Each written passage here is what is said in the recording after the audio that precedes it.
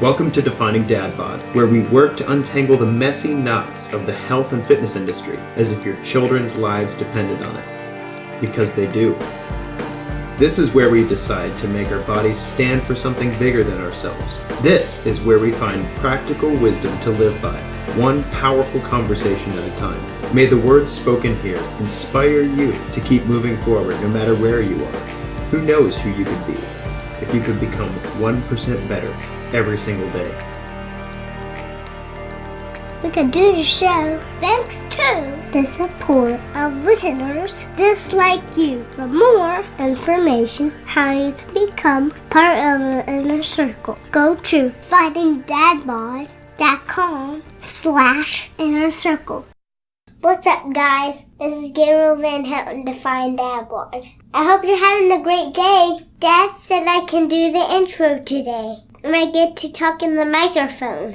So how are you guys? Today's show is a really cool show. It's about Dad's body. We're going to take a break from our TRUFIT series to update you at some of the new research coming out about dads. For instance, we all know that Mom loves cuddles and hugs. They give her Oxytocin. But did you know that Dad gets his Oxytocin for playing with his kids? That's why I like to fight Dad. He's the only person I know that likes me better after I choke him in a headlock.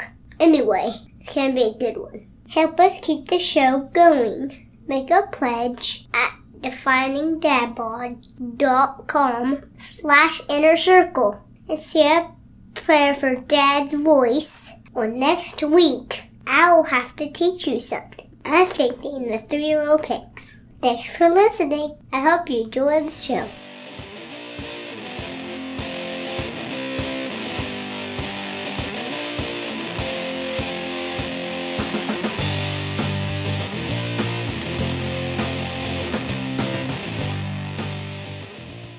Did you change when you became a dad?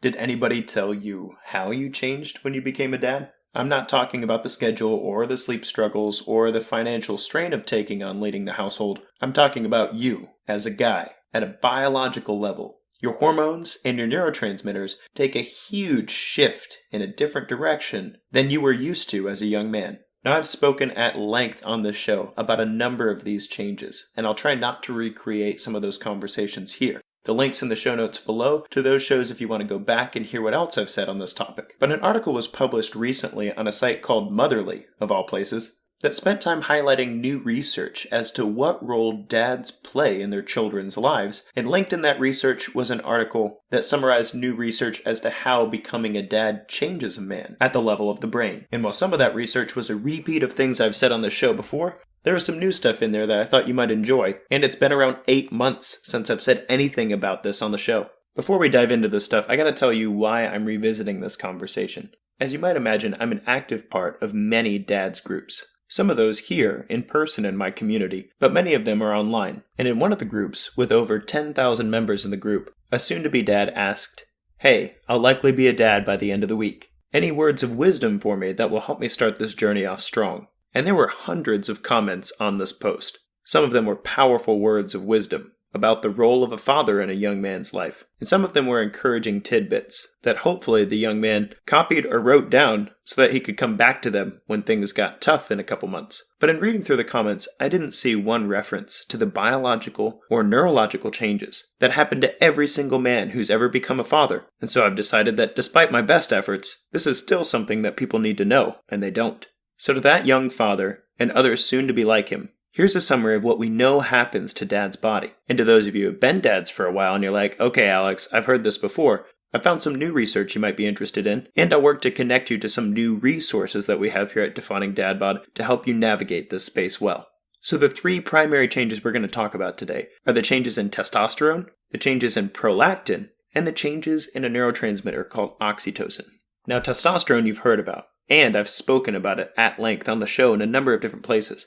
So for our purposes here, just know that testosterone is the single most important hormone in the male hormonal system when it comes to a man feeling like himself. A significant drop in testosterone could lead to things like depression, lack of energy, interesting cravings, difficulty sleeping, and a number of other side effects that are connected to things like how confident you feel, how aggressive you are, how likely you are to regulate your own emotions well, or even how easy it is for you to gain strength or muscle mass when you exercise.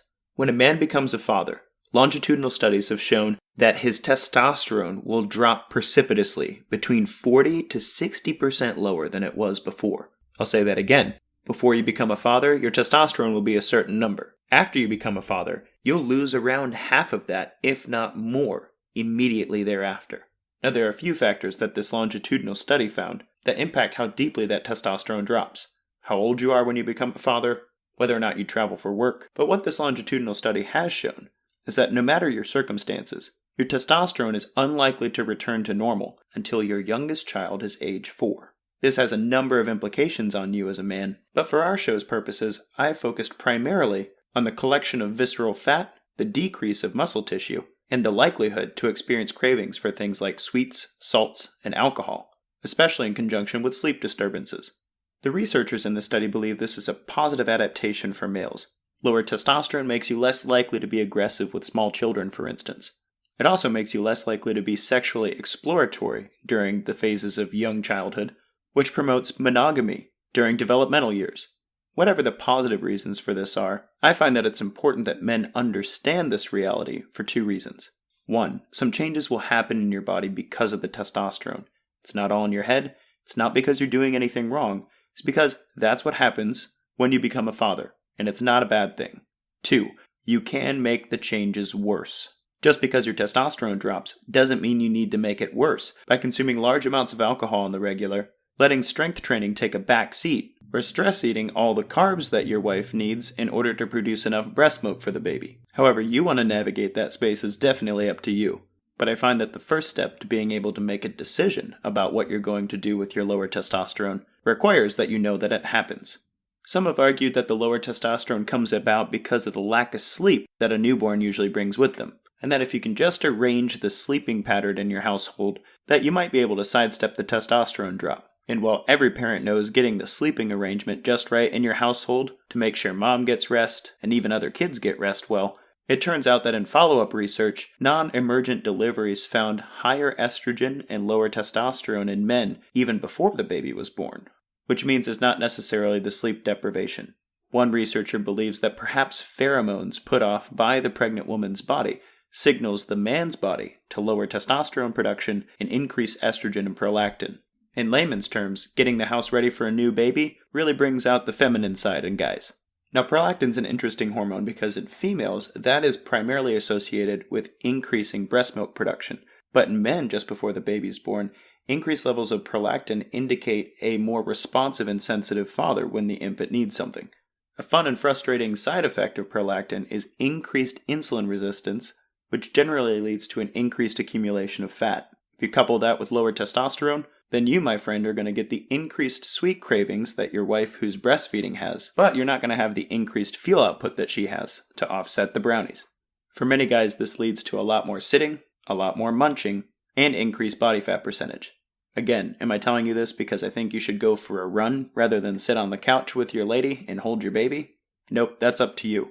However, I have found that after the first 3 to 6 months of a new baby being in the house, many guys have gotten out of the habit of exercise so much that they don't really pick it back up, even after the initial stages of new fatherhood. But that's not the end of the story, and this one's a lot of fun. Thus far I've told you that testosterone drops, and fat-accumulating prolactin goes up. It's all gloom and doom for Dad Bod. But here's a fun note. You get an increase in the neurotransmitter called oxytocin. Now mom gets a huge rush of oxytocin as soon as the baby's born, and it bonds her and the infant for life. Many dads, on the other hand, have told me, and I experienced this myself, that you don't feel much of a connection with your newborn baby even after you hold them in your arms. A newer research study showed that mom gets oxytocin from the baby when she cuddles it, but dad gets oxytocin from the growing child when he plays with him or her. And this is fun, and I see it played out in my own life, where mom wants to cuddle and hold the baby, and I'd rather play peekaboo, hide-and-go-seek, and throw him on the bed several times. So what can a new dad do to garner enough support to make this transition well and in a way he's happy with his body by the end of it? Or if you're not a new dad, but you still haven't gotten out of that rut, this is for you too. First, I hope you'll connect with a community of like-minded people who are working to become 1% better every single day. In our world, that's called the Defining Dad Bod Inner Circle. And you can find out more about that at definingdadbod.com/inner circle. There's plenty of nutrition and exercise talk, but there's also lots of chatter about the fun stuff we get to do with our kids. And that's good, because you can actually increase a father's oxytocin, according to that same study, by just looking at a picture of a dad playing with his kid, if you're in that stage of life. The other thing you can do is become more educated on not only the changes that happen to your hormonal system when you become a dad and thereafter, but what you can do about those things for the long term. We have over 85 hours of content here at Defining Dad Bod to make it easy for you to get educated on the way to work, while you're mowing the lawn, doing dishes, or yes, even letting the baby sleep on your chest.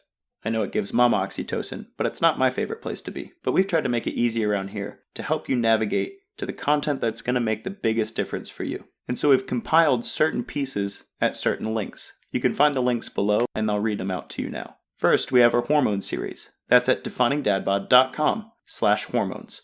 This is a powerful series that walks you through the implications of your exercise and nutrition on insulin, cortisol, testosterone, and thyroid hormones. There are things you can do to help those hormone systems work for you rather than against you. And the goal is to increase your quality and quantity of life so that you can pass on those habits to your kids as well. We also have the Beyond Calories series at definingdadbod.com/beyond calories. That series has been designed to help you cut through some of the garbage of the health and fitness industry and give you an opportunity to focus on what really matters with regard to your nutrition. Some would tell you that your big problem is you eat too much and you don't exercise enough. And in the Beyond Calories series, we explore the idea that there's more to it than that, and we make it practical for you to begin making decisions beyond calories. Last but not least, our new series, TRUFIT 2020, is in recording and production right now. We're 6 parts into this series, and I believe it's the most powerful content we've put out there so far. You can find the links to this series at definingdadbod.com/TRUFIT, TRUFIT.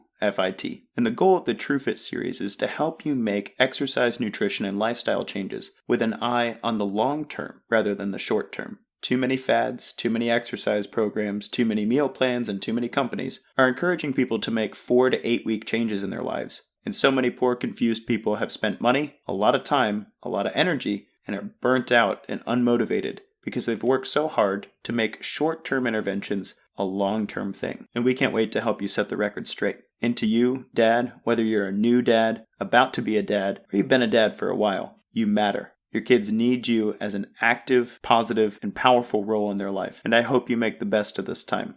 This has been Alex Van Houten with Defining Dad Bod. Until next time, guys, kick butt, take names. The free practical advice and conversations here remain unbought and unbiased thanks to the support of listeners just like you. For more information on how you can become a part of the inner circle of Defining Dad Bod, go to definingdadbod.com/inner circle.